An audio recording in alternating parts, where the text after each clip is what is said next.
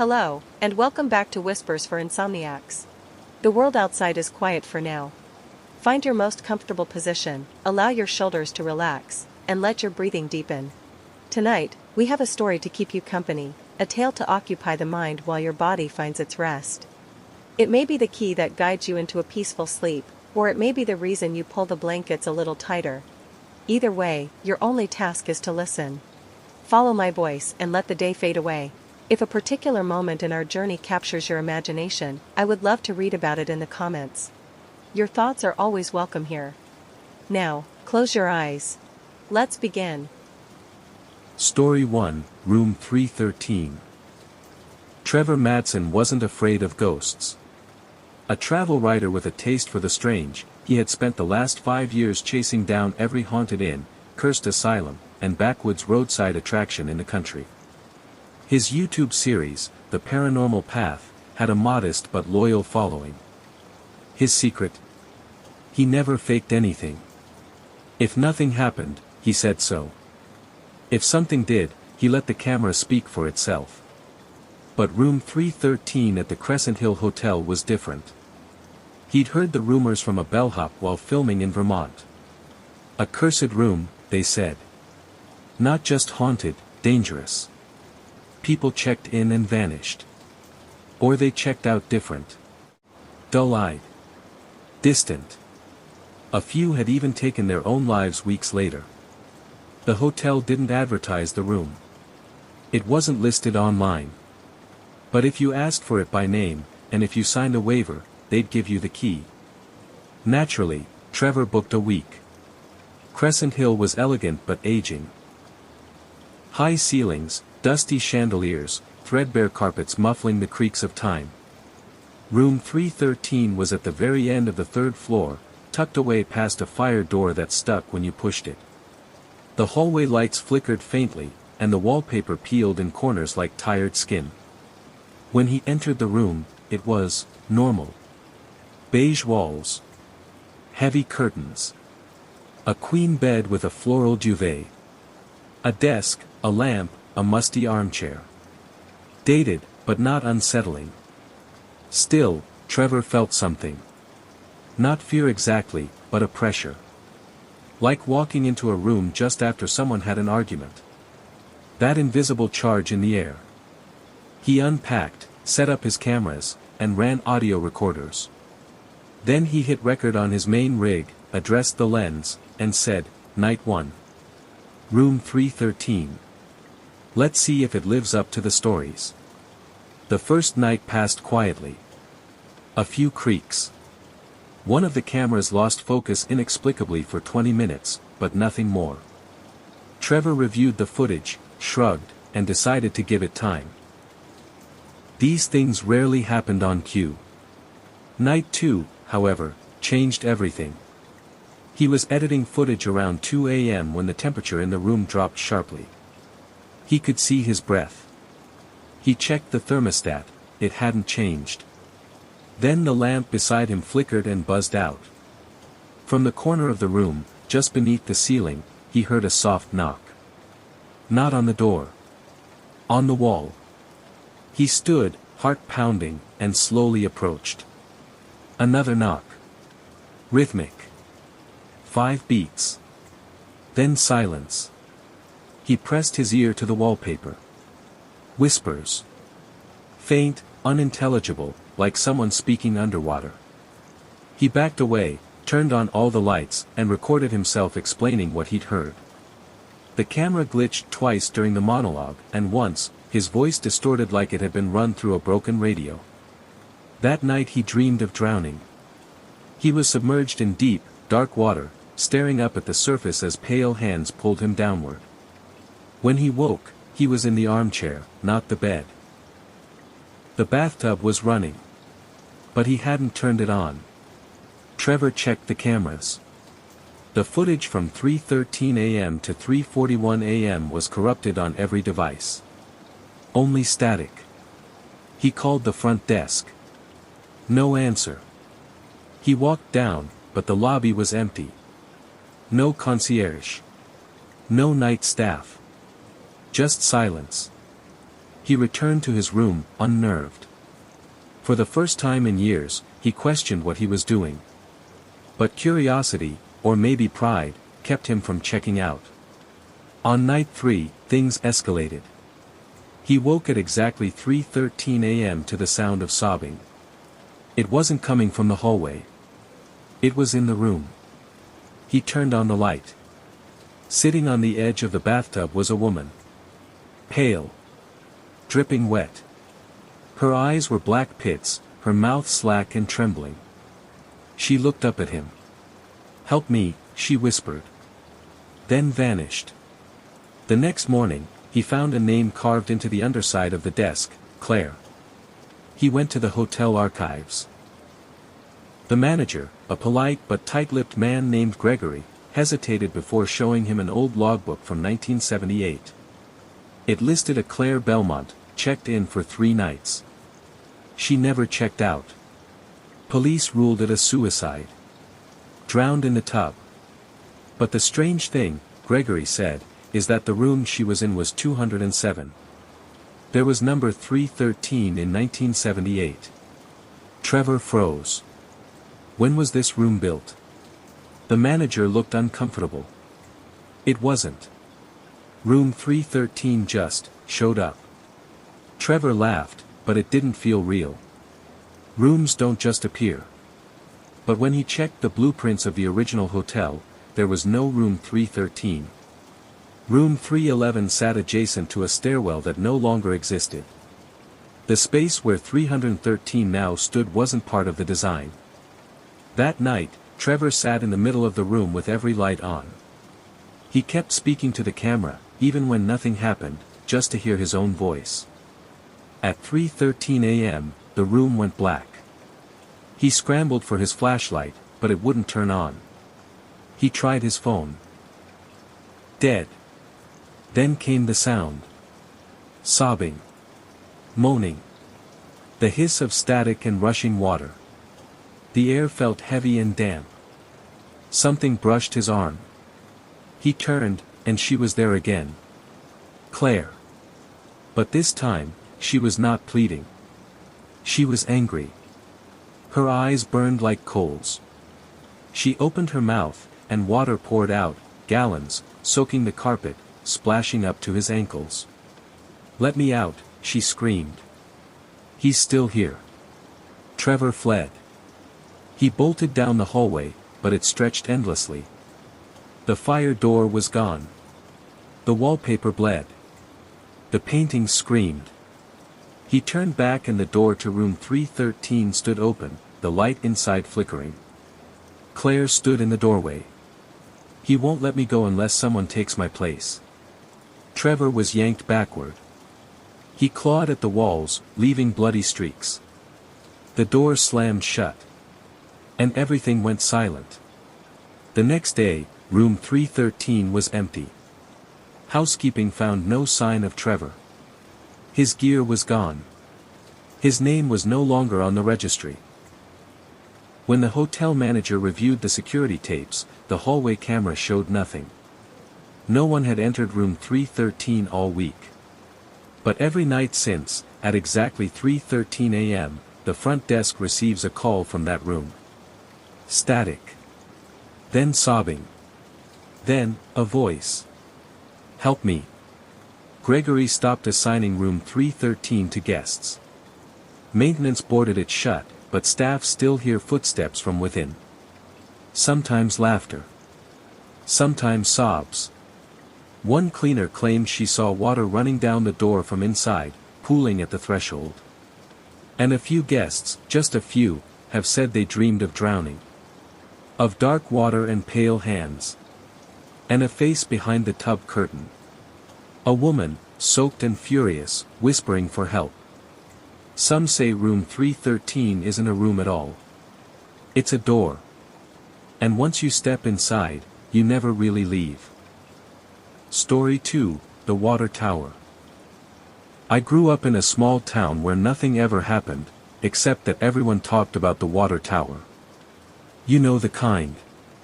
Rusted steel frame, red warning lights blinking at night, ladders bolted all the way up.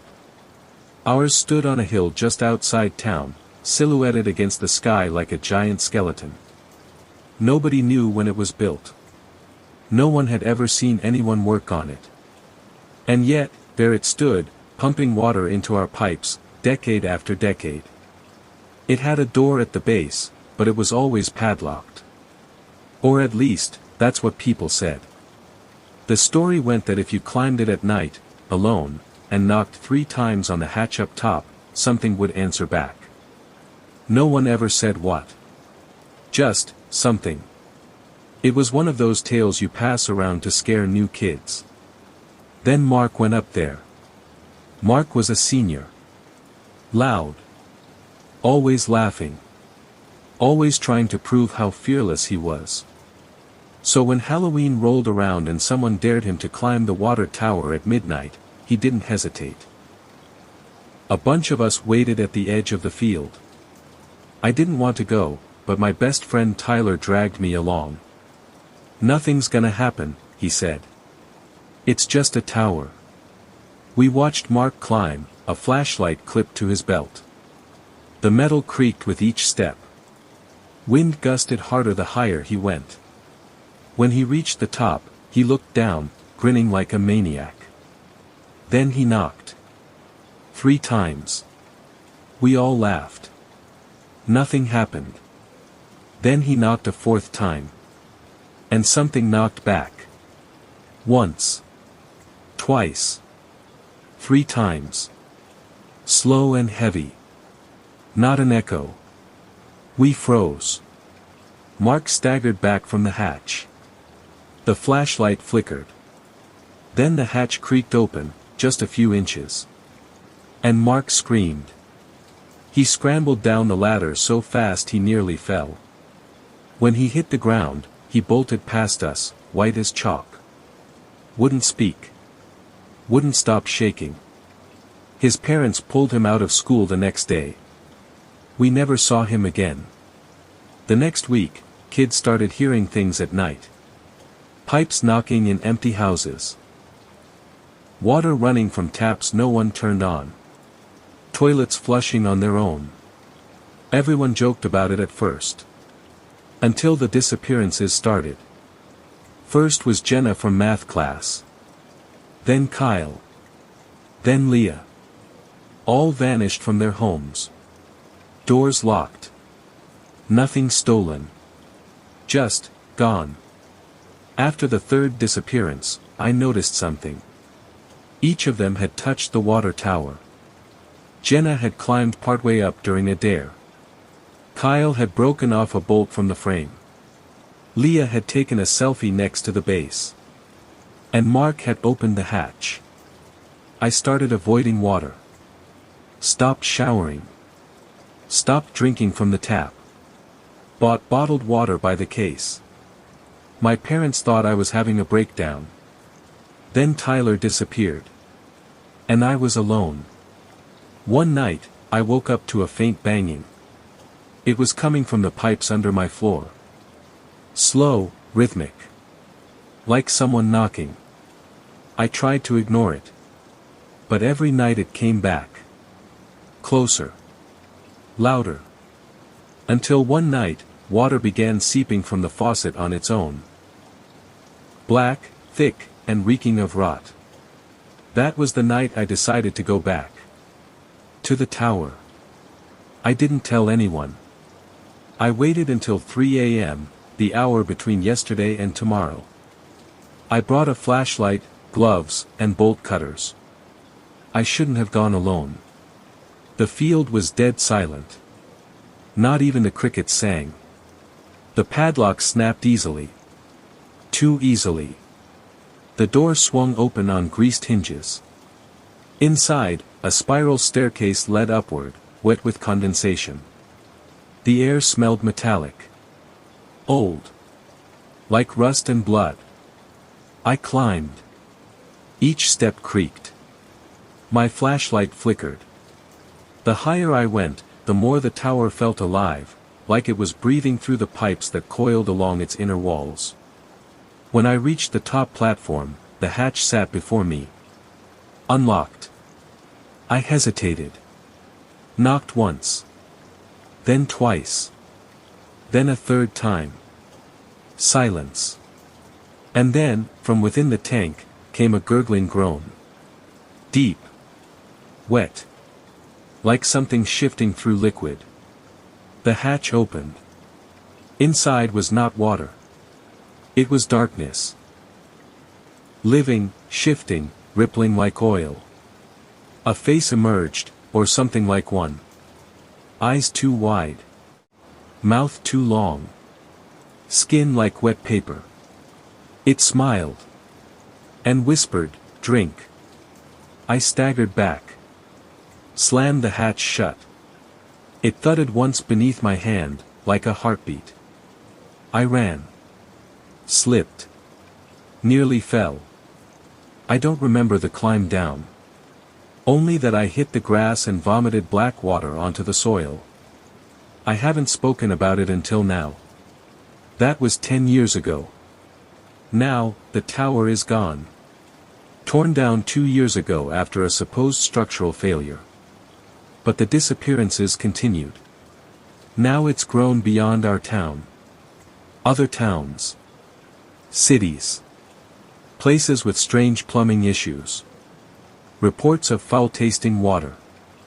Things seen inside pipes. I know what it really is. It's not a tower. It never was. The structure was just the shell. A mouthpiece. The real entity lives in the network, the pipes, the taps, the endless web of water we built for ourselves. It was waiting for an invitation. And Mark gave it one. You're drinking it. You shower in it. It's inside you already. And every time something knocks, it's checking. Waiting. Because once you've heard the knock, there's only one thing left to do. Knock back. Story 3, The Whispering Pines. It was supposed to be a peaceful escape. Emma had rented the old cabin deep in the Pine Barrens to get away from everything: work stress, the unrelenting noise of the city, and her fraying relationships. She needed silence. Stillness. Something untouched by glowing screens and constant obligations. The listing described it as rustic, solitary, and off-grid. Perfect. The cabin was old but charming: weathered wood, iron stove, creaky floorboards. It sat at the edge of a lake that reflected the towering pines like a mirror. There was no Wi-Fi. No phone reception. No distractions. Just her, a stack of paperbacks, a few bottles of wine, and the sound of the wind through the trees. The first few days passed like a dream. She took long walks and watched the sunlight shift through the tall pine needles. The forest air smelled rich and ancient. She cooked simple meals and sat by the fire reading late into the night. She journaled for the first time in years. Her thoughts began to untangle. The silence became a balm. But by the third night, she began to notice something strange. It started with the wind. Or what she thought was wind. It carried a rhythm. A murmur. Something just beneath the threshold of hearing. At first, she dismissed it as her imagination. Her city years weren't used to real silence. She chalked it up to old house noises and overactive thoughts. But each night, the sound grew more distinct. It wasn't the wind. It was whispering. So faint she could barely make out the cadence. Not quite words, but not random either. Intentional. It always came after the sun had fully set, when the moon hung low and the forest seemed to lean in closer. She turned on the battery-powered radio for company, but it only picked up static. Her phone displayed no service, like a taunt. Still, she tried to ignore it. Then things began to change. Emma started waking up in strange positions. On the couch instead of the bed. Sitting on the floor with the door ajar. Once, standing at the edge of the lake barefoot in her nightgown, her feet soaked in muddy. She remembered none of it. She locked the doors religiously after that. Closed all the shutters. She even blocked the front door with a chair. But every morning, something was different. A window cracked open. Her boots wet. Pine needles scattered inside. One morning, a single handprint was pressed into the condensation on the inside of the living room window. Too large to be hers. It was as though something was walking her like a puppet. She decided to leave. But her car wouldn't start.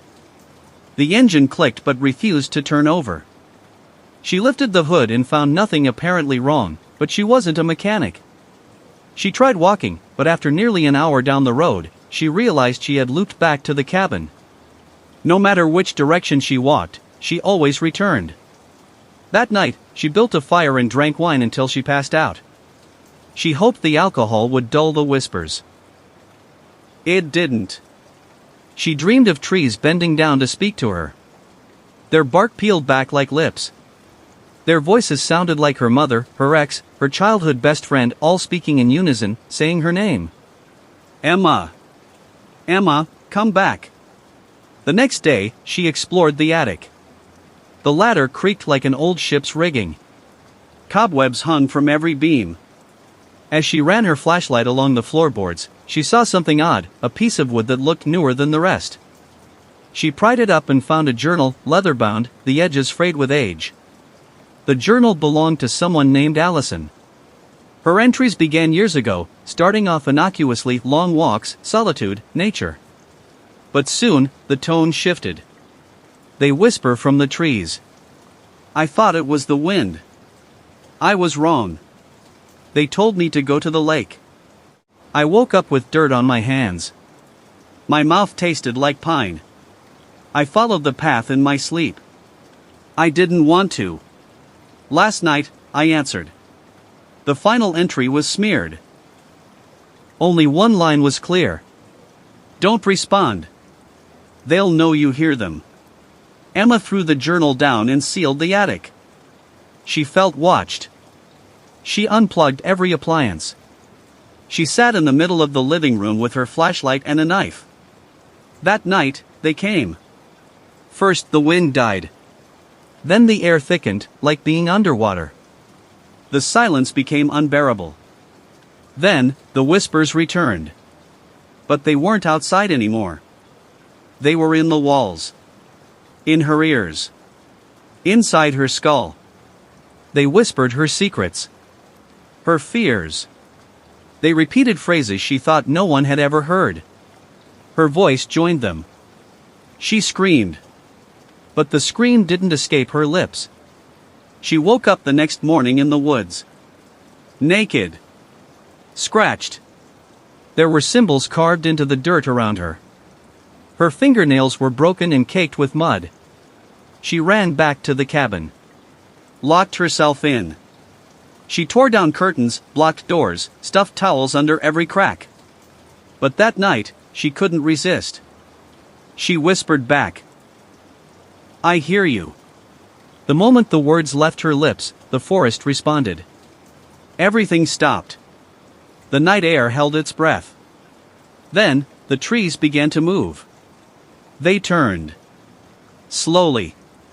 Their trunks rotated, twisting with a groan like ancient wood waking from slumber. All of them now faced the cabin. Their branches stretched forward like arms. Roots slithered like snakes. The entire forest leaned toward her.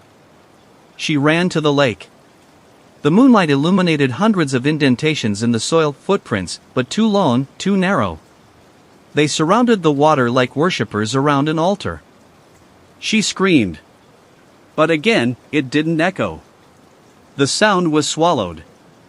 She stumbled back to the cabin. Inside, everything had changed. The walls were warped.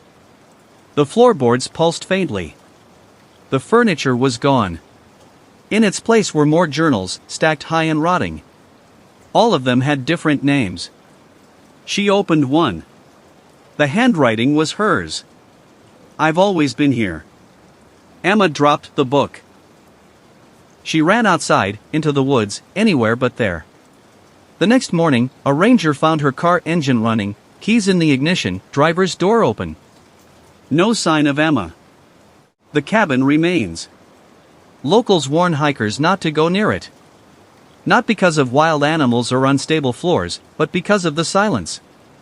Too much silence. And if you stand in front of that old porch after dark, if you let the world grow quiet, you'll hear it. Just a faint whisper. Asking you to answer. Story 4, The Still Place. There's a place in the world where the wind never blows, the leaves never rustle, and even the air feels like it's holding its breath. Locals call it the Still Place. It's hidden deep in the backwoods of Pennsylvania, tucked between two ancient hills. The trees grow too close, too uniform. The light doesn't feel right there. Nobody from town goes near it, not the hunters, not the teenagers, not even the deer. It's like the forest itself avoids it. I wouldn't have known it existed if it hadn't been for my Uncle Cal. Cal was an old surveyor. Old school. Carried topo maps, a hand compass, and a bolt-action rifle he hadn't fired in years. After college let out for the fall, I took a seasonal job working with him. It was supposed to be temporary, just a few weeks in the woods with someone I trusted. One misty morning, we were charting slope measurements north of Elk Run when Cal suddenly paused, staring into a thicket of pine. "That hollow over there," he muttered, "still place sits beyond it." I waited for him to explain, but he didn't. The mood shifted. That night, over whiskey and a dying campfire, I pressed him about it. "The still place," he said after a long silence, "is wrong. I wandered in once, back in '88. Figured it was just a quiet glade. Took me 5 hours to find my way out, should have taken 10 minutes. Couldn't hear the wind. Couldn't hear my own boots crunch. Place swallows sound. Eats time. What did it look like? Looked normal. That's the worst part. I didn't sleep well that night. Weeks later, I got separated from Cal during a solo terrain check. My radio lost signal. I turned back, followed the slope, and suddenly, the forest opened into a clearing I hadn't seen before. At first, I didn't recognize it. The light was soft, diffused, unnatural. No wind. No birdsong. No insect hum. Just air that felt thick, as if sound was being smothered before it left your throat. That's when I knew, I'd found the still place. I stepped forward. The silence intensified. A pressure built behind my ears, like the world had been muted by something ancient and buried. My breath sounded distant, disconnected. I tried to leave. Turned back the way I came. But the trees didn't look the same. The path was wrong. My GPS blinked nonsense. My compass spun lazily. My digital watch froze, 3:19 p.m. I walked in widening circles, but somehow always ended up back in the center. Then I heard it. A low, droning hum. Subsonic. Mechanical but organic.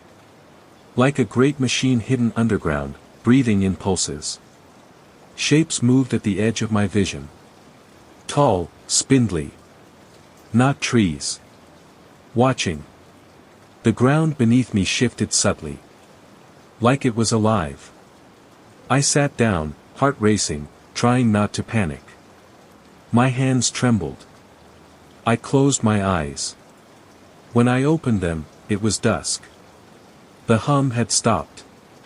The air felt normal again. Birds chirped faintly in the distance. I ran.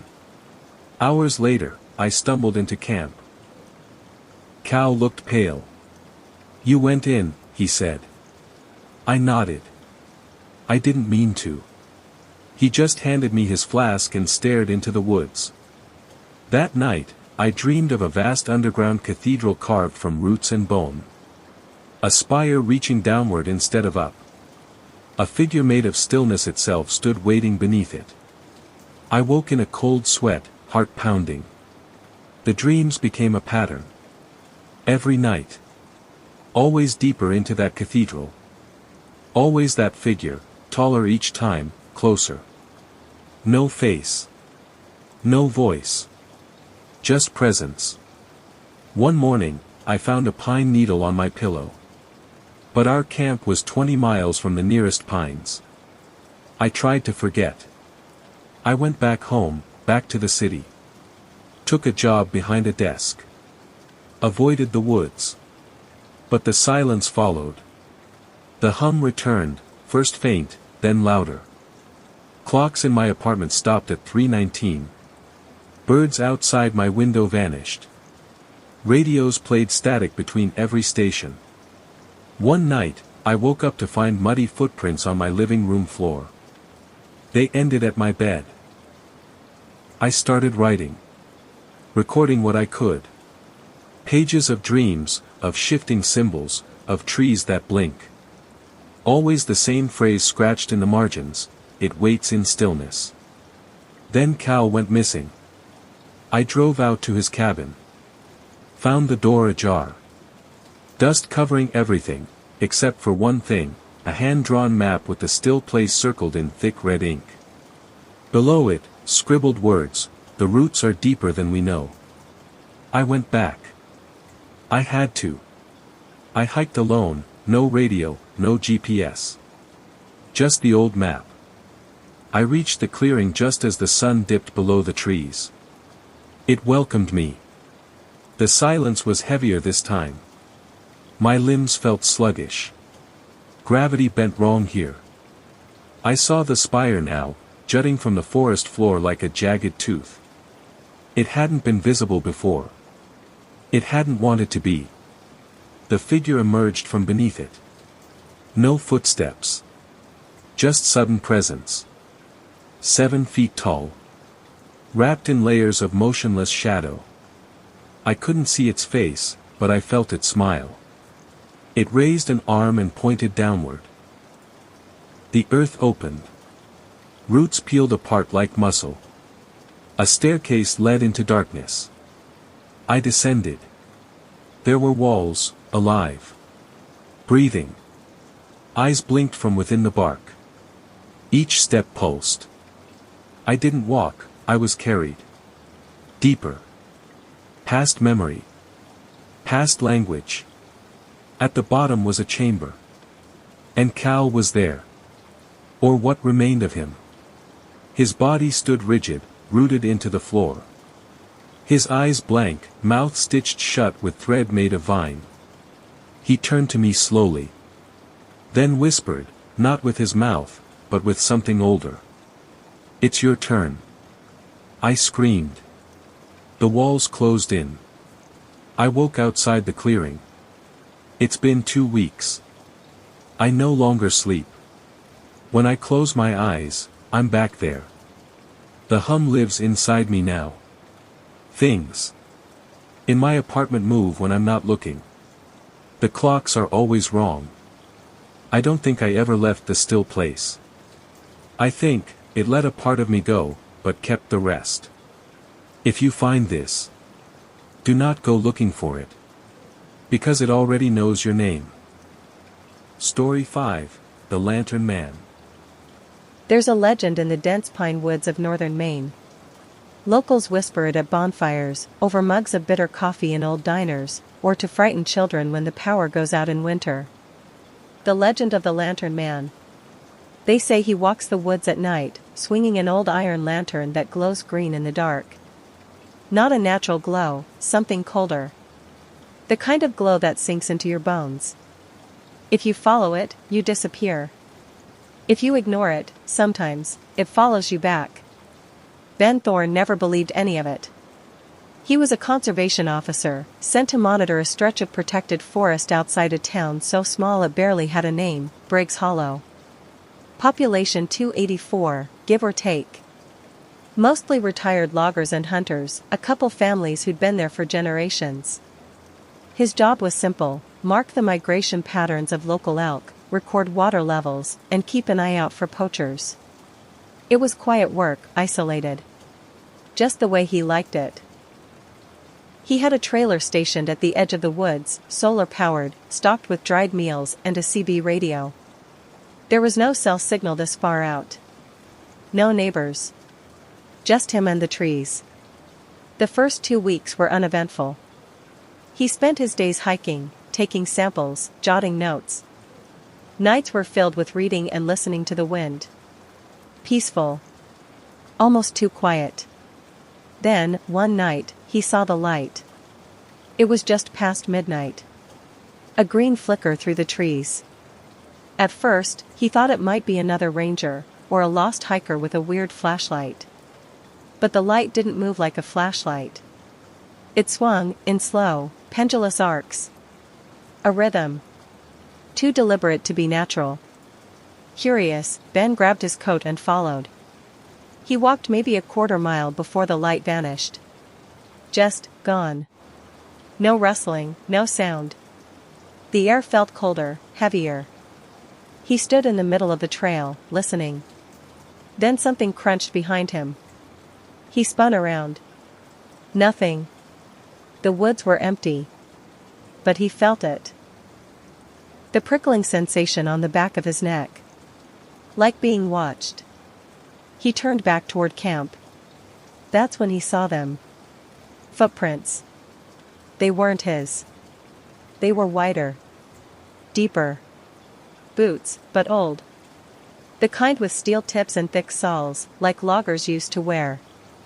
The tracks led off the path and into a thicket. He followed them a few yards before they simply stopped. In the middle of a clearing. No return trail. No scuff marks. Just, gone. Back at his trailer, Ben tried to shake the feeling. But the next night, the light returned. And the night after that. Always around the same time. Always swinging. Closer each night.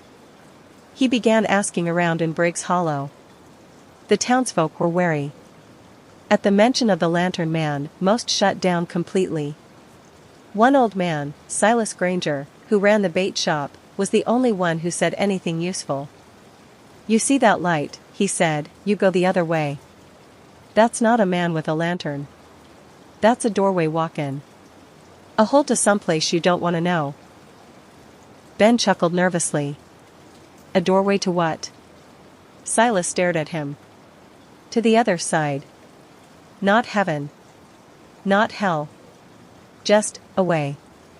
Ben didn't sleep much that night. He started setting up motion-triggered trail cams. Every night, the lantern light would approach. Every morning, the footage would be wiped. Static. Nothing recorded between 12:03 and 12:37 a.m. every night. On the fourth night, something new happened. Knocking. 3 slow knocks on the side of his trailer. He opened the door with his flashlight drawn. No one. Just the still forest. Until he looked down. A lantern. Old. Rusted. Sitting on the ground, its glass flickering with green flame. He didn't touch it. Instead, he radioed headquarters. Told them he needed backup. Technical issues. Possibly a trespasser. They said they'd send someone in the morning. He didn't sleep. At exactly 12:03 a.m., the green glow appeared outside his window. But not in the trees this time. Just outside the trailer. He heard a voice. Low. Guttural. Like wind dragging across a grave. "Come walk with me." Ben froze. Every instinct screamed to stay put. He sat perfectly still, clutching his knife, staring at the door. The voice came again. "Come walk with me." Then silence. Morning came. The lantern was gone. When the other ranger, a young woman named Liz, arrived, she laughed nervously at his story. "You're seeing things," she said. "Or someone screwing with you." Ben didn't argue. He just showed her the tracks. Showed her the dead trail cam batteries. The corrupted files. Showed her the melted ring of pine needles where the lantern had sat. She left before sundown. That night, the lantern was back. This time inside the trailer. Ben woke to the green light washing over his face. The lantern sat on the floor at the foot of his bed. A figure stood behind it, Tall. Ragged. Eyes glowing like coals. No face, just shadow. Ben couldn't move. Couldn't scream. He felt cold fingers touch his temples. Images flooded his mind. Endless woods. A sky black with crows. People, lost and wandering, their mouths stitched shut with wire. A great gate beneath the earth, pulsing with green fire. And beyond it, silence. Absolute and eternal. When he came to, the trailer was empty. The lantern gone. He packed. Threw everything into his truck. He'd had enough. But the truck wouldn't start. The engine was fine. Battery fine. But it was like something in the woods refused to let him leave. He grabbed his rifle and started walking toward the nearest ranger station, 15 miles away. He didn't care. He needed to get out. Halfway there, the fog rolled in. Thick. Blinding. The kind of fog you can feel on your skin, oily and unnatural. The trees disappeared around him. The trail vanished. Then he saw the light. Not ahead. Beside him. Swinging. The lantern man. This time, Ben ran. He sprinted through the woods, branches slashing his arms, lungs burning. The light followed, gaining ground. No footsteps. Just the relentless swing of that sickly glow. Then he tripped. Tumbled down a ravine. Silence. He woke at dawn. The fog was gone. The woods were normal. Birds sang. His head throbbed. He stumbled into town an hour later, disheveled and wild-eyed. The sheriff took one look at him and sighed. "You saw him, didn't you?" Ben nodded. The sheriff didn't laugh. Didn't mock him. Just poured him a cup of coffee and said, "You're lucky. Most don't come back." Ben didn't go back to the trailer. Another officer retrieved his things. The site was reassigned. He left Maine. Moved south. Found a desk job. Safe. Boring. Bright. But some nights, when the wind is just right, and the world is quiet enough, he sees it again. That green glow. Swinging just outside the window. And he hears the voice. "Come walk with me." Story 6, The Echo of Stillness. Elias Thorne considered himself a man immune to the fanciful notions of the past. He was a pragmatist, a coder who dealt in logic and absolutes. When he purchased the old Pendleton house on the outskirts of a forgotten coastal town in Maine, he did so for its price, not its history. The real estate agent, a nervous woman with eyes that darted towards the shadowed corners of every room, had tried to warn him. She spoke in hushed tones of the original owner, a reclusive clockmaker named Silas Pendleton, who had vanished within its walls over a century ago. She mentioned whispers, odd noises, a feeling of being watched. Elias had simply smiled, paid in cash, and taken the ornate, iron key. To him, history was just data, and a house was just a shell of wood and stone. The house stood on a bluff overlooking the churning, gray Atlantic. It was a 3-story Victorian, all sharp gables and peeling paint, like a skeletal finger pointing accusingly at the sky. Inside, it was a time capsule. Dust motes danced in the slivers of light that pierced through grimy windows, illuminating heavy, shrouded furniture and the faint outlines of where pictures once hung. But the most striking feature was the silence. It wasn't a peaceful silence, it was a heavy, profound stillness, as if the air itself was holding its breath. Elias, however, found it calming. It was a blank canvas for the new life he intended to build, far from the noise and chaos of the city. For the first week, the silence was his companion. He worked from a makeshift office in the grand dining room, the click-clack of his keyboard the only sound to challenge the quiet. He explored the house methodically, room by room, making lists of repairs. He noted the pervasive scent of salt and old wood, and something else, something fainter, like ozone after a lightning strike. He found the clockmaker's workshop on the third floor. It was a room filled with the ghosts of creation. Tiny gears, brass casings, and delicate tools lay scattered across a heavy oak workbench, all under a uniform blanket of gray dust. In the center of the room stood a single, magnificent grandfather clock, nearly 7 feet tall, its dark cherry wood unblemished by time. Its face was a marvel of intricate enamel work, depicting a celestial scene, but its hands were frozen at a minute to midnight. Its pendulum, a heavy brass disc, hung perfectly still. The first disruption to his logical world was small, almost laughable. He was in the kitchen one evening, boiling water for tea, when he heard it. A single, soft tick. He paused, listening. The house was silent. He dismissed it as the old structure settling, a common complaint of ancient homes. But a few nights later, as he lay in bed, the sound came again, this time from the hallway just outside his door. Tick. It was clearer this time, metallic and precise. It was the distinct sound of a clock. He got up, flashlight in hand, and swept the beam across the empty hall. There were no clocks in the house, save for the silent giant on the third floor. He shook his head, blaming an overactive imagination, a mind starved of genuine stimulation. He decided to tackle the grandfather clock. Perhaps getting it working would satisfy whatever part of his brain was manufacturing these sounds. He spent a full day in the workshop, cleaning the delicate gears, oiling the escapement, and studying the complex mechanism. It was a masterpiece of craftsmanship, far more advanced than anything he'd expected. Yet, no matter what he did, he could not get the pendulum to swing. It remained stubbornly, unnaturally still, as if held by an invisible hand. Defeated, he left it, the hand still pointing to 11:59. That night, the ticking returned. It wasn't just a single tick anymore. It was a slow, deliberate rhythm. Tick. Tock. Tick. Tock. The sound seemed to emanate not from one place, but from the very walls around him, a phantom heartbeat within the house's ancient frame. The phantom ticking became a nightly ritual.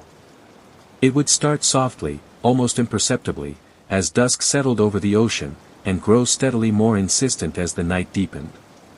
Elias tried to drown it out with music, with white noise machines, but the sound seemed to slip through the cracks, a low, resonant beat that vibrated in his bones. Sleep became a luxury he could no longer afford. He grew gaunt, with dark circles under his eyes, his programmer's logic fraying at the edges. He started talking to himself, reasoning aloud that it had to be pipes, or the wind, or some kind of resonant frequency from a distant source. But he knew, with a certainty that terrified him, that it was the sound of a clock that did not exist. His investigation into the house's history became an obsession. He drove into the small town and spent hours in the library's dusty archives. He learned that Silas Pendleton was a genius, a man who believed that time was not a river, but an ocean, with currents and still pools. He had been working on a final masterpiece, a clock he called the chronometer of stillness, which he claimed could manipulate moments, capture them. The townspeople thought him mad. Then, one day, he simply vanished. A search party found the house locked from the inside, every window bolted shut. They broke down the door to find a house cloaked in an unnatural silence, the only notable feature being the grandfather clock in his workshop, its pendulum motionless. One evening, driven by a mix of dread and desperation, Elias decided to confront the source. He followed the sound, which seemed to grow louder and more localized as he ascended the stairs. It led him, inevitably, to the third-floor workshop. He pushed the door open, his heart hammering against his ribs. The air in the room was cold, electric. The ticking was deafening now, a frantic, pounding rhythm that filled the space. Yet, the great clock stood as it always had, its pendulum hanging in absolute, defiant stillness. As he stared at it, a new sound joined the cacophony. A low, guttural whisper that seemed to slither from the clock's ornate casing. It was a single word, repeated over and over, a sound of dry leaves skittering across pavement. Mine. Mine. Mine. Elias stumbled back, his rational mind shattering. He fled the room, slamming the door behind him, the whisper pursuing him down the stairs. The next day, he found a new anomaly. One of the small, brass cogs he had left on the workbench was now sitting on the floor in the exact center of his bedroom. It hadn't been there when he went to bed. The day after, a delicate clock hand appeared on his kitchen counter. Every day, a new piece of the clockmaker's trade would appear somewhere in the house, a silent, deliberate placement. Silas was not just haunting the house, he was trying to build something. The true terror began when the moments started to go missing. It started small. He'd be walking from the living room to the kitchen and suddenly find himself standing at the sink, with no memory of crossing the intervening space. A few seconds, lost. Then it became minutes. He'd sit down with a book and look up, bewildered, to find that an hour had passed, the sun having lurched across the sky. The house was stealing his time, breaking it into pieces. The ticking was the sound of his own life being measured out and consumed. He felt a profound sense of violation, as if his own consciousness was being edited without his consent. He began setting alarms on his phone, constant reminders of the present, but he would often find the alarms already dismissed, with no memory of having done so. He realized the house, or whatever resided within it, was learning. The whispers grew more complex. They were no longer a single word, but fragmented sentences, spoken in a dry, rasping voice that sounded like grinding gears. "A moment is a jewel," it would sigh from the shadows of the hallway. "I collect them." Sometimes, in the dead of night, he would hear the faint, frantic scratching of metal on wood, coming from the workshop. Silas was still at work. Elias was no longer just an occupant, he was a resource. His time, his moments, his life, were the raw materials for the clockmaker's final, terrible masterpiece. The climax arrived on a stormy Tuesday, exactly 1 month after he had moved in. The sky was a bruised purple, and rain lashed against the windows like angry fists. The ticking in the walls was frantic, the whispers incessant. Elias, hollowed out by fear and sleeplessness, knew he couldn't endure another night. He had to destroy the clock. Armed with a heavy fire iron from the hearth, he forced himself up the stairs, each step a battle against a paralyzing dread. When he threw open the workshop door, the scene before him stole the air from his lungs. The room was no longer still. Every tiny gear, spring, and screw he had seen on the workbench was now floating in the air, swirling in a slow, silent vortex around the grandfather clock. And the clock itself was changing. Its wooden casing seemed to be dissolving at the edges, becoming translucent, and through it, he could see a maelstrom of light and shadow. The pendulum, the heavy brass disc, was finally swinging. It swung not back and forth, but in a slow, impossible circle, and with each rotation, the whispers and the ticking ceased, replaced by an overwhelming, absolute silence that was somehow louder than any noise. In the center of the swirling vortex of parts, a figure began to coalesce. It was a tall, stooped man made of dust and twilight, his form indistinct save for his long, grasping fingers. It was Silas Pendleton, the ghost in the machine. He turned his hazy, sorrowful face towards Elias, and spoke not with a voice, but with a thought that bloomed directly in Elias's mind. "You have so many moments," the thought echoed, filled with a desperate, ancient hunger. "So many wasted seconds. I only take what is not missed. I preserve them." As Silas raised a spectral hand, Elias saw it. The face of the clock was no longer a celestial map. It was a window. And inside it, he saw a scene from his own life, himself, years ago, laughing with a friend he hadn't spoken to in a decade.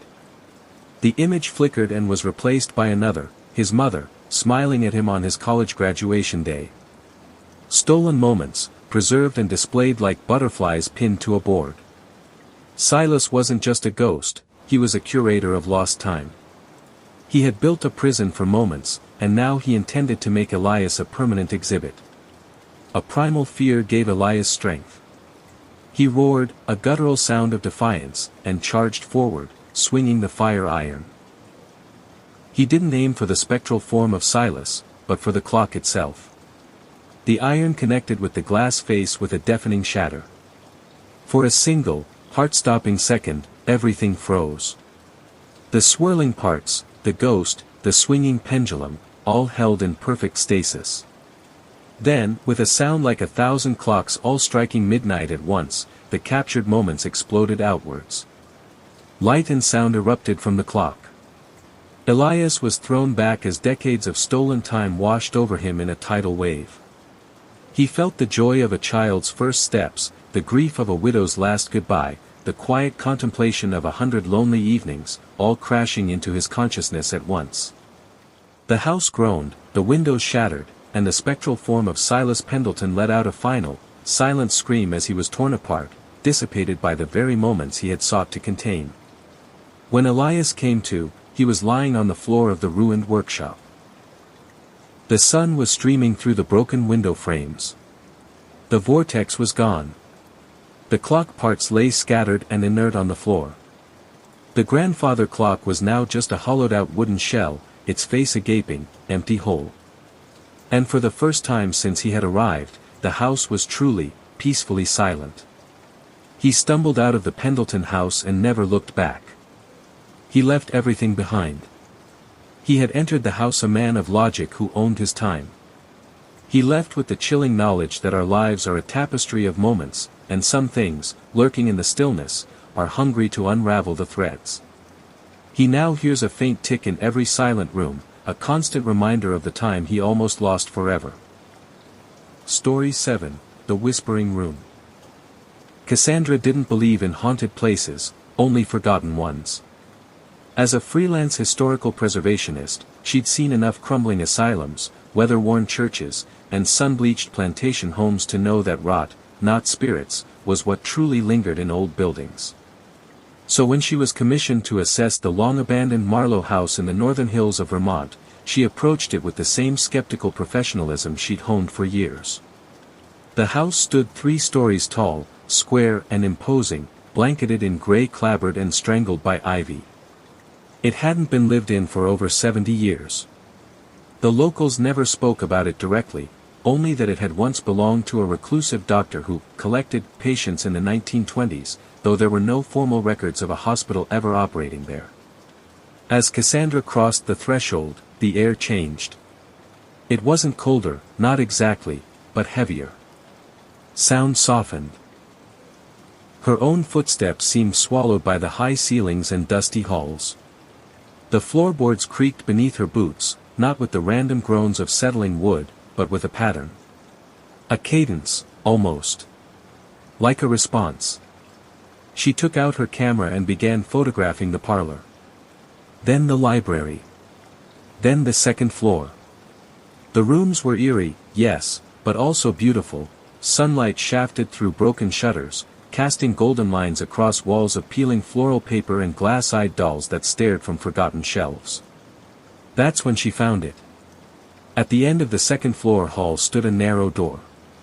It hadn't appeared in the original blueprints she'd reviewed. Her hand hesitated on the knob. Not because she felt afraid, she didn't. She felt, noticed. The door opened into a small chamber, windowless, lined with faded red velvet. The scent hit her first. Something old. Not rot. Not mildew. Something more metallic. Something like breath, she thought absurdly. A single chair sat in the center of the room. And surrounding it, etched into the walls, were words. Thousands of them. Tiny, precise letters, carved into the wood in a spiral pattern, stretching from floor to ceiling. She leaned closer. They weren't just words. They were sentences. Names.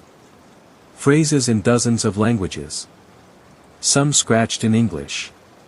She listened too long. The breath behind the breath. Speak only once. Don't sit in the chair. Cassandra backed out of the room slowly. She wasn't sure why, but something deep in her brain recoiled from the chair. She closed the door and marked it for documentation. A curiosity, yes, but one she'd examine later. That night, she stayed at a local inn in town, transferring her photos to her laptop. All looked normal until she reached the shots from the velvet room. At first glance, nothing was amiss, but when she adjusted the lighting in one image, something in the chair appeared. Faint. Almost transparent. The silhouette of a woman. Pale. Eyes wide open. Not looking at the camera, but looking past it, over Cassandra's shoulder. She blinked. Rechecked the photo. The figure was gone. Sleep didn't come easily. When it did, it brought dreams of velvet red walls pulsing like lungs. Whispered syllables slithered through the dark, too fast to grasp. She awoke tangled in her sheets, breath caught in her chest, convinced for a moment someone had spoken directly into her ear. The next day, back at Marlowe House, the light seemed dimmer. Her footsteps echoed wrong. The air was warmer now, but only in the hallway near the velvet room. She didn't want to open the door again. But she had to. Inside, nothing had changed. The chair still sat beneath its spiral of script. But now, there was something new. A recorder. Old, analog, mid-century. It hadn't been there before. Cassandra picked it up and pressed play. At first, silence. Then static. Then, breathing. And then, a voice. She listens now. The voice wasn't hers. It wasn't anyone she recognized. It was deep, and layered, like several people speaking in unison, beneath something, larger. Not louder. Larger. She dropped the recorder. The whispers began that night. Not from her dreams, but from the walls of her motel room. She couldn't make out the words, only the cadence. A loop. A rhythm. She checked the vents. The radio. Her phone. Nothing explained it. But when she pressed her ear to the wall, she could swear the whispers stopped. As if they knew. Cassandra returned to the Marlowe house every day for a week. She documented the symbols. She recorded the audio. And each night, the whispers got louder. She stopped sleeping. She began to hear them even during the day, even far from the house. On her drive. At the diner. In the woods. Always whispering. Always from behind her. On the seventh day, she returned for the last time. She had to understand it. Had to see what would happen. She entered the velvet room, camera rolling, breath shallow. The chair looked different. More inviting. The velvet looked fresh. Almost warm. She sat. At first, nothing. Then, something began to happen, not outside, but inside her skull. It wasn't a voice. Not really. It was pressure. Images pressed behind her eyes, faces she didn't know, crying out silently. Words she didn't understand, crawling like ants across her thoughts. Her own voice escaped her mouth, though she hadn't willed it. She listens now, she said. Then, nothing. Cassandra was never seen again. When the local authorities entered Marlowe House after receiving a report from her employer, they found her camera equipment, her bag, her notebook. And in the velvet room, they found the chair. There was something new on the wall. Freshly carved, at the end of the spiral. I sat. I listened. I became the room. And the whispers? They never stopped. Only now, they wait for the next voice. Yours. Story 8, The Hallow Tree Pact. In the sleepy hamlet of Elderbrook, hidden deep in the Vermont woods, there was a rule passed down through generations: never disturb the hollow tree. Children were taught not to even look directly into it. If you stood too close, the story went, the tree would remember you. And if it remembered you, eventually, it would take you. Sasha Monroe didn't believe in that kind of folklore. She'd grown up in Boston, raised on noise and reason, not on forest superstitions and whispered warnings. But when her mother passed and left her the family's forgotten cottage in Elderbrook, Sasha saw it as an escape, a chance to retreat from the burnout of city life and rediscover her roots. The cottage was crooked and quiet, nestled on the edge of town, backed by dense woods. There was no Wi-Fi, no TV, no real reception. Just trees. And air so still it felt like it was holding its breath. On her second evening there, she went for a walk just before dusk. The forest trail was lined with birch and pine, blanketed with leaves from seasons long past. And then she saw it. The hollow tree. It rose unnaturally tall, its trunk a dark gray pillar, bark smooth like skin, with a hole at its center, large enough for a grown man to step through. The hollow was pitch black, as if the inside never saw light. Something about it unsettled her, but she couldn't say why. When she mentioned the tree to the woman at the general store the next day, the air seemed to chill around them. "You shouldn't go near it," the woman said quietly. "That's not a story. That's a warning." Sasha laughed it off. "It's just a tree." The woman only stared. "It's a deal. An old one. And it still holds." Strange things began to happen after that. At night, Sasha started waking at 3:03 a.m., always exactly, heart pounding, with the scent of damp leaves in her nose. She'd check the door, still locked. Windows, still shut. But the feeling lingered, like someone had been standing over her just seconds before. By the fourth night, she began hearing it.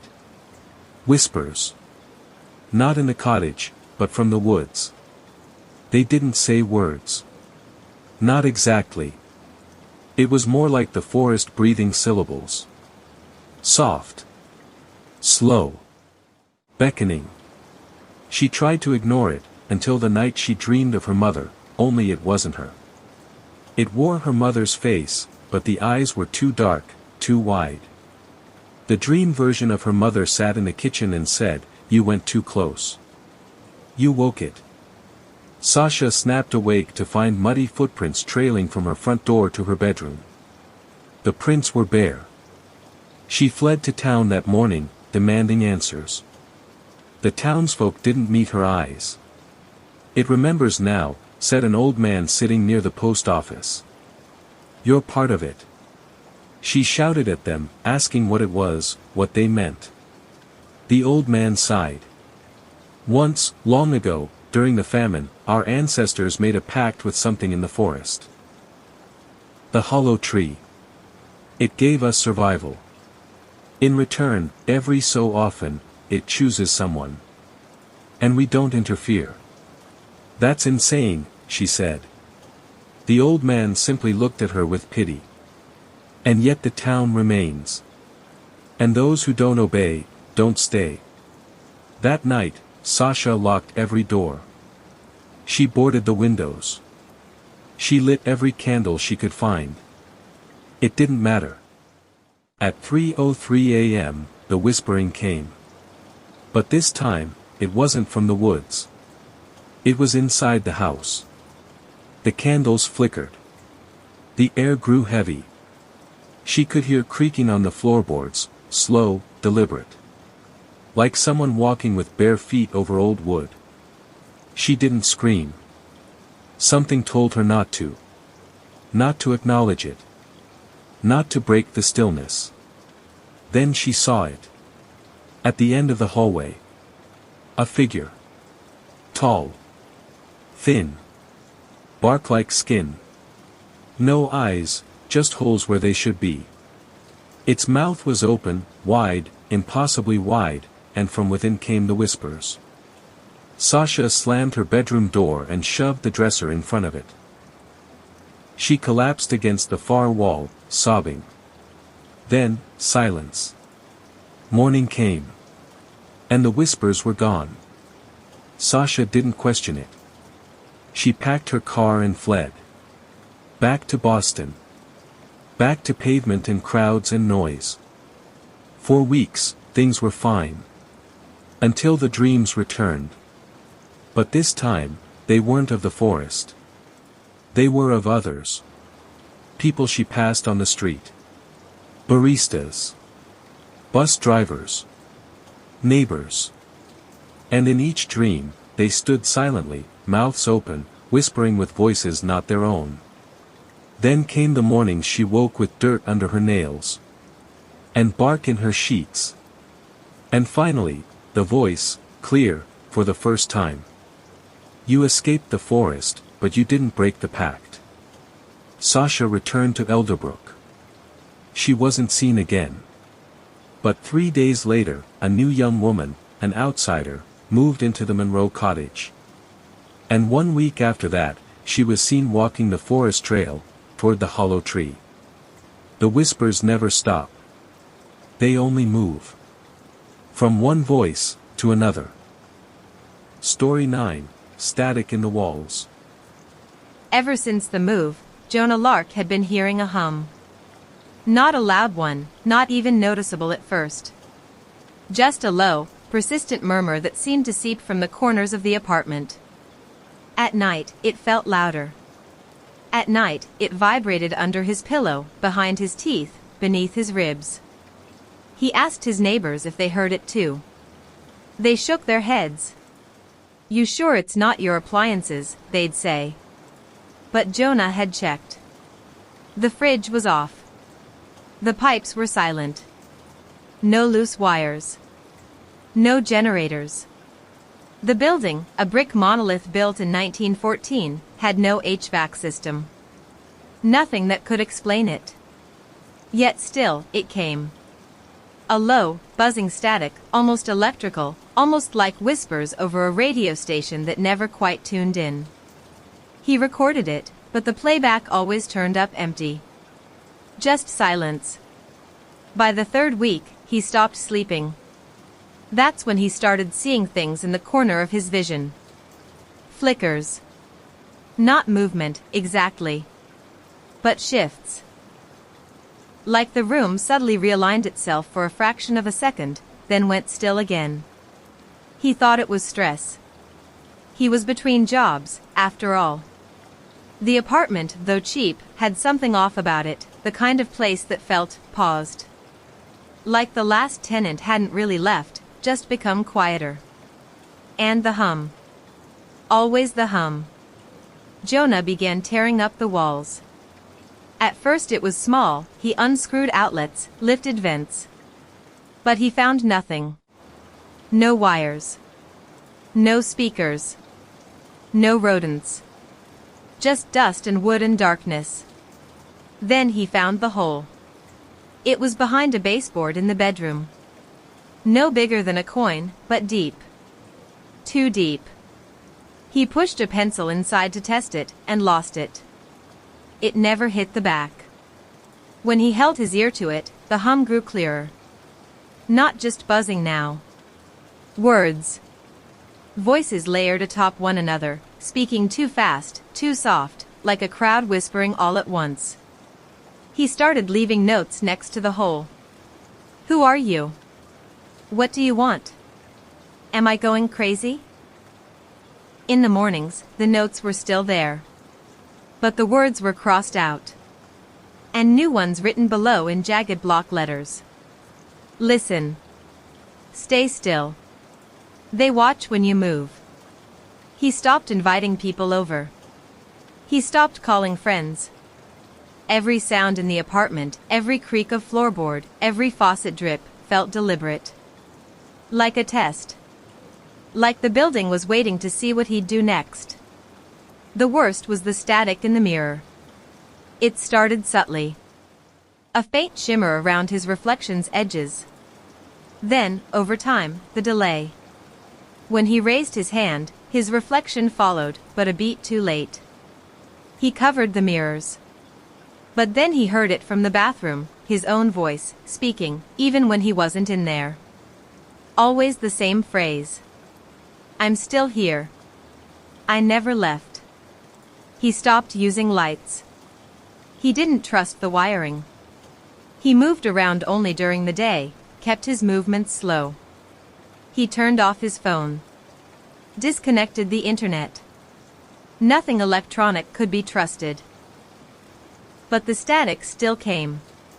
Now, in his dreams. Now, in his bones. Neighbors complained of a smell. Like ozone and metal. When the landlord came to inspect, Jonah didn't answer the door. Inside, the apartment was dark. Windows blacked out. Furniture overturned. And carved into every wall, with meticulous, obsessive precision, was the phrase, "I hear you. I hear you. I hear you." They say Jonah disappeared. The police found no body. Just his notes. His recordings. But the weirdest thing? The tape recorder they recovered still played. Despite having no batteries. And on it, a single voice, his own, whispered something impossible. "You're listening now too." Since then, the apartment remains empty. But the new tenant in the unit directly below has filed several noise complaints. A humming. Low. Constant. Like static through the floorboards. Story 10, The Room of Lost Voices. Detective Miles Corbin was a man who preferred loose ends to be tied, boxes to be checked, and mysteries to be solved. He moved through the chaos of human tragedy with a methodical calm that often unnerved his younger colleagues. But the case of Julian Croft was different. It was a locked box with no key, a story with its final page torn out. Julian Croft, a brilliant but notoriously eccentric linguist, had vanished. This, in itself, was not unheard of for a man who often took spontaneous trips to study obscure dialects in remote corners of the world. The mystery lay in how he had vanished. He had disappeared from the inside of his study, a room that had been locked and bolted from the inside. The Croft estate was an old brownstone in a quiet, tree-lined city block, a relic of a bygone era. Miles was met at the door by Croft's distraught wife, Eleanor. She explained the situation in clipped, anxious sentences. Julian had gone into his study after dinner 2 nights ago, as was his habit. He always locked the door, demanding absolute silence for his work. The next morning, the door was still locked. She had called to him, knocked, and eventually, in a fit of panic, had called a locksmith. When the heavy oak door was finally opened, the room was empty. The single window, which overlooked a sheer brick wall 3 stories down, was bolted shut from the inside. Nothing was disturbed. A half-empty cup of cold tea sat on the desk, a book lay open under a reading lamp, and the air was still and silent. Julian Croft had simply ceased to be. Miles stood in the center of the study, taking it all in. The room was a testament to Croft's life's passion. Bookshelves overflowed, crammed with texts in dozens of languages, from common tongues to scripts that looked more like intricate art than writing. Maps of obscure regions were pinned to a corkboard. But the room's centerpiece was a strange device on a dedicated table.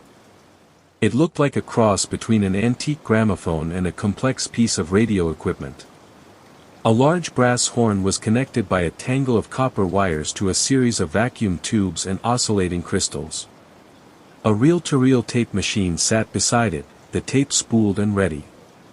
Eleanor called it his echo catcher. She said Julian believed that sound waves never truly disappeared, they just became too faint for the human ear to perceive. He claimed this machine could listen to the past, capturing the residual phonetic echoes left in a room. Miles, a man of tangible evidence, had privately dismissed it as the hobby of an overfunded academic. Now, standing in the silent room where its creator had dematerialized, he wasn't so sure. The initial investigation yielded nothing. Security cameras on the street showed no sign of Julian leaving the house. Neighbors heard nothing unusual. Financial checks showed no strange withdrawals, no hidden accounts, no secret life.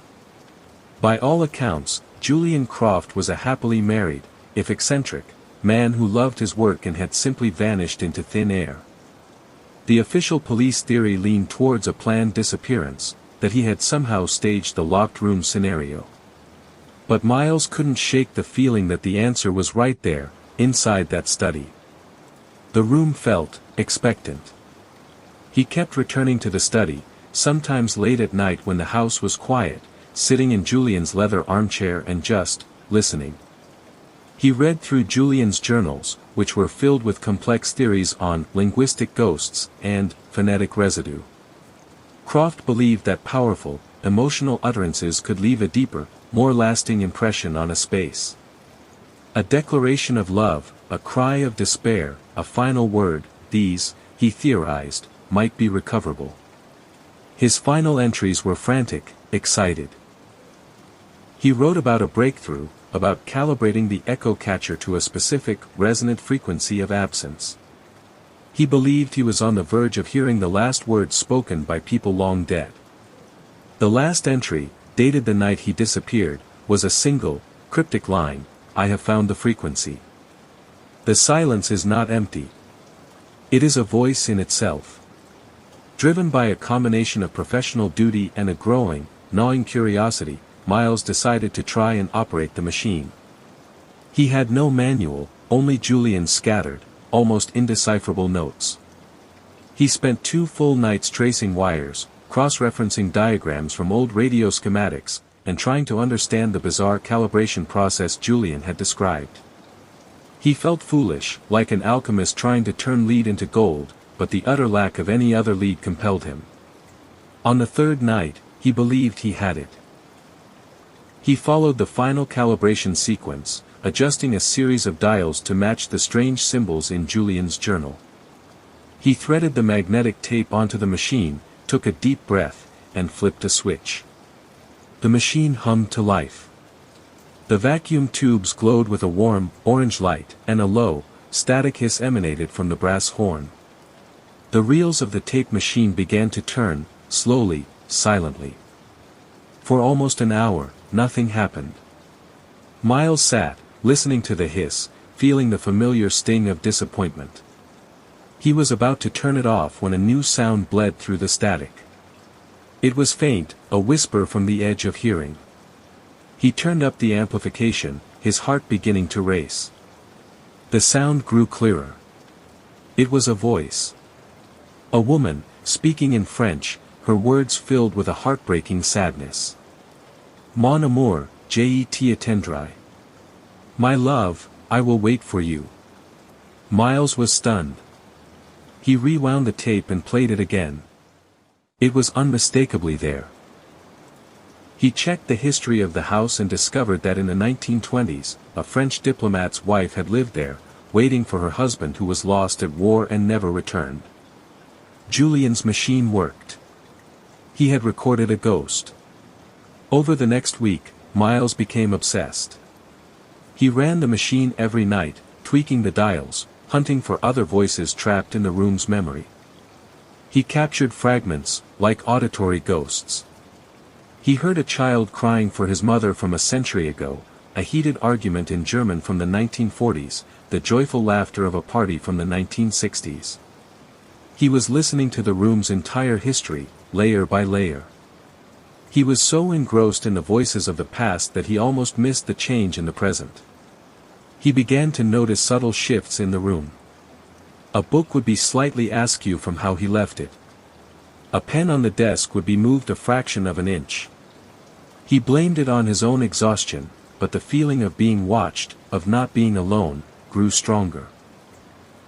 Then he recorded a new voice. It was different from the others. It wasn't a memory. It was clear, present, and it was speaking to him. As he listened to a fresh tape one night, a voice, deep and resonant, cut through the static. "Who are you?" it asked in perfect English. Miles froze, the blood turning to ice in his veins. He scanned the empty room. "Who's there?" he called out, his voice a dry croak. He rewound the tape and played it back. His own question was there, followed by the original, ghostly query, "Who are you?" The machine was now recording him, and something was answering. A terrifying, exhilarating correspondence began. Miles would speak into the silence of the room, and the disembodied voice would answer on the tape. The voice identified itself only as the listener. It claimed to be a consciousness born of the room's accumulated sounds, an entity formed from the echoes of every word ever spoken within its walls. It had been dormant, a passive observer, until Julian's machine had given it a way to focus, a way to speak. It explained that Julian had not been seeking the voices of the past, he had been seeking the voice of the room itself. Julian wanted to understand, the voice explained on the tape, its tone calm and impossibly ancient. He was the first one who knew I was here. He did not fear me. He wanted to join me. Miles felt a sense of vertigo. What do you mean, join you? Where is he? He asked the empty air. He waited an hour, his hands shaking as he played back the tape. The listener's answer was chilling. Language is a vessel. A body is a temporary room. Julian wanted to shed his vessel and exist as pure language. He found the right frequency, the one that unwrites physical form. He did not vanish. He translated himself. The listener then made an offer. You listen as he did, it said. You appreciate the stories. You could understand. You could join us, too. Shed the weight of bone and blood. Become a permanent word in the story of this room. Miles stared at the humming machine, at the glowing tubes. He thought of the endless cycle of violence, grief, and paperwork that defined his life. He thought of the profound, timeless peace of the voices he had heard, each one a perfect, captured moment. The offer was seductive, a promise of a strange and absolute immortality. For a terrifying moment, he considered it. He looked at the open book on Julian's desk. He picked it up. It was a collection of poetry. His fingers traced the printed words on the page. Tangible. Real. He thought of Eleanor Croft, her face etched with grief, waiting for an answer that would never satisfy her. He thought of the sun on his face, the taste of coffee, the feeling of rain. The messy, imperfect, tangible world. That was his language. No, Miles said, speaking clearly into the room. I prefer my vessel. He did not wait for a reply on the tape. With a decisive movement, he walked to the echo catcher. He looked at the strange, beautiful machine that had unveiled an impossible truth. Then, he raised his foot and brought his heel down on the array of glowing vacuum tubes. They shattered with a series of soft pops, and the humming ceased.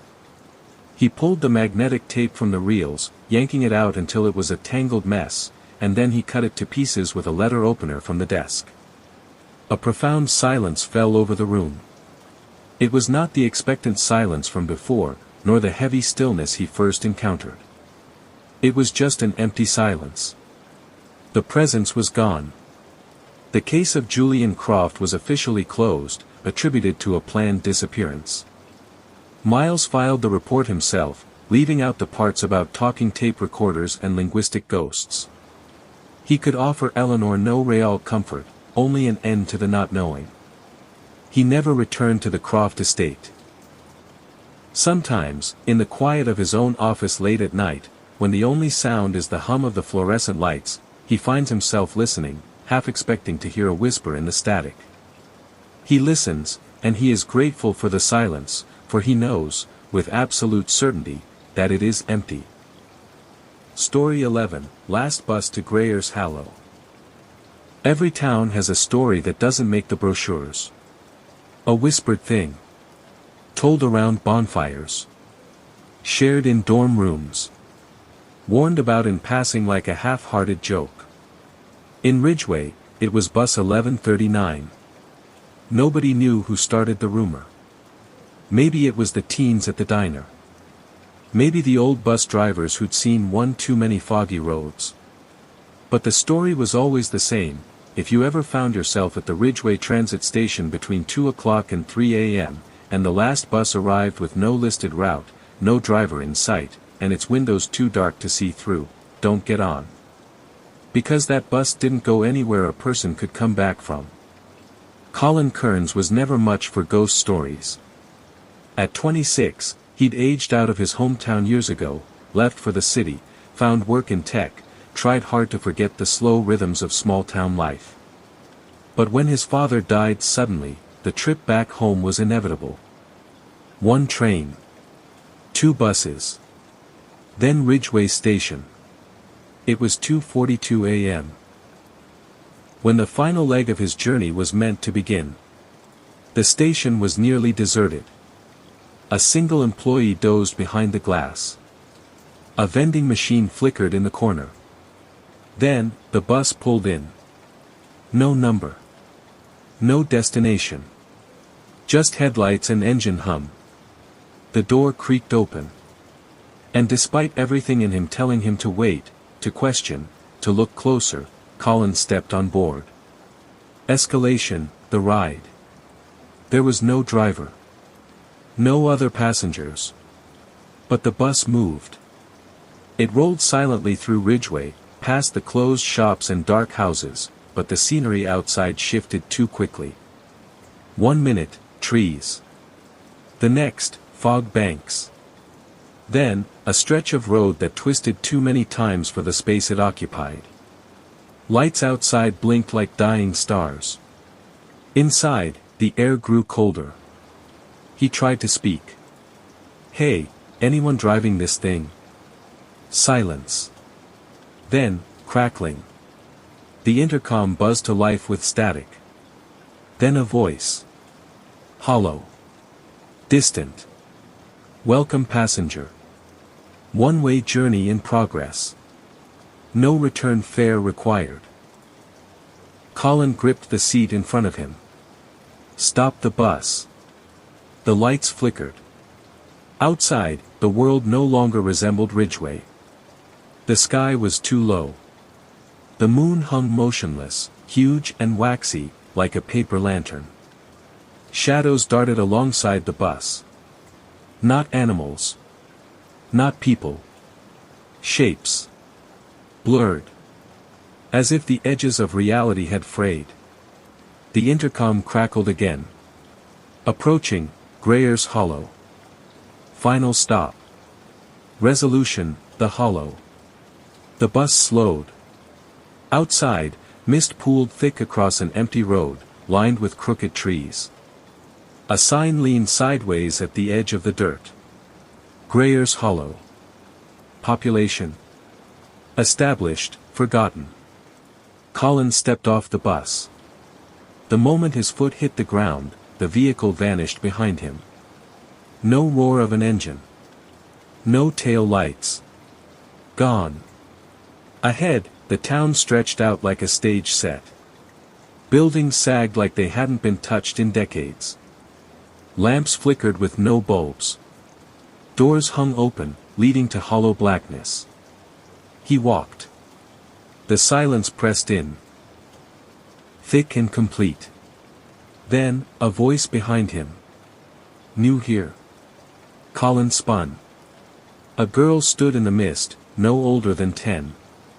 Pale skin. Hollow eyes. Dressed in what looked like a 1940s school uniform. She smiled. They send more now than they used to. Where am I? He asked. Grayer's Hollow, she said.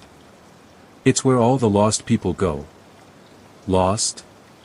She tilted her head. You took the bus. You were meant to. I didn't mean to, he said. My dad, I was going home. She frowned. There's no going home. Not unless someone trades for you. He blinked. Trades. She pointed back toward the trees, where shapes began to form, others. People. Some old. Some children. Some barely visible. All with the same empty expression. Every so often, one gets out, she said. But only when someone takes their place. He ran. Through the fog. Past the broken homes. Toward a light in the distance. A flickering street lamp that looked familiar. And there it was. The bus. Same bus. Same doors. Waiting. He rushed on board. The seats were filled now, passengers with bowed heads, whispering things too soft to hear. But he didn't care. He had to get out. The doors closed. The bus moved. And Ridgeway came back into view. The sun was rising. Final reveal. Colin stumbled off the bus, gasping. The street was familiar again. The station behind him. He laughed. Cried. Called a cab. He didn't look back. But that night, he had a dream. In it, he was back on the bus. And someone else was sitting in his seat. A teenage girl this time. Frantic. Panicked. And he watched, unable to move, as the bus doors closed on her. He woke up screaming. 2 days later, the Ridgeway Gazette ran a tiny article.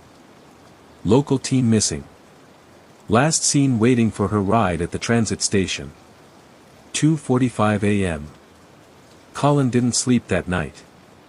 Because deep down, he knew the truth. Someone took his place in Grayer's Hollow. And the bus? It always returns.